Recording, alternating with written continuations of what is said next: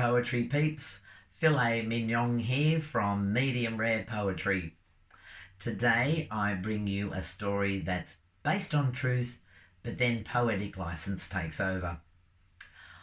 As background, I know of a couple, a lovely couple, who planned 12 months in advance to get married. Then the bride-to-be became pregnant, and the due date was pretty much around the time of the wedding. Then, 6 weeks out, the groom contracted glandular fever and was told to go into isolation for 2 months. Now that was going to take him out of the wedding, if all went that way. So today, I give you Fever Pitch.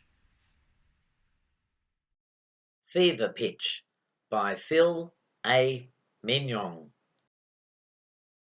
He was feeling as crook as an underfed dog. He couldn't arise from his bed. The doctors were baffled. He must have a clog.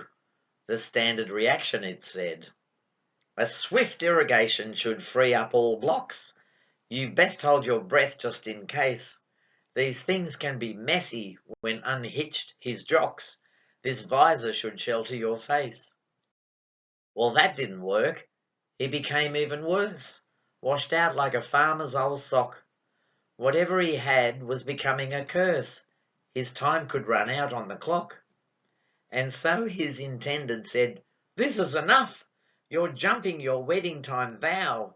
In sickness and health is a marital bluff. To hospital, off you go, now." They poked and they prodded and took half his blood. There wasn't a test left behind. They cringed at his sample. His urine was mud. "It's glandular, sure," they opined.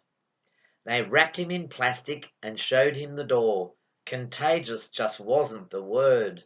They told him to isolate 2 months or more. To offer more help, they deferred. Locked up in his prison cell, once the spare room, alone and bereft of a friend. A kissing disease? How could that spell my doom? Oh no, not the boss's rear end. And so he did languish and counted his spots, running amuck on his form. A highly prized Sparky, he'd run out of watts, a fever to keep himself warm. Then came his wedding day, all did attend. The service, though, slightly lopsided. The groom couldn't make it, the best man stood in. The preacher to this was confided. The glandular lad watched it all on YouTube. The adverts were quite the distraction. Unfit to be drinking, he wished he was lubed. The bride then produced a contraction. Did I mention the bride had a bun in the oven, produced almost 9 months ago? Her wedding dress donned amid pushin' and shovin', so over the bump it would flow. Her waters let go when she answered, "I do." The page boy, a portrait of muddle. The audience gasped, and the best man did too. The flower girl skipped round the puddle. The matron of honour became the midwife. The bridesmaids began boiling towels. The menfolk with courage all ran for their life, avoiding the shrieks and the howls. Right there on the altar, the sweetheart was hatched, mid flurries of chiffon and lace. The preacher then christened him 2 for 1 batch. The bonus would not go to waste. The bride had a family, minus her spouse. The party was one to behold. The photos were priceless and hang round the house. An Instagram hit, I am told.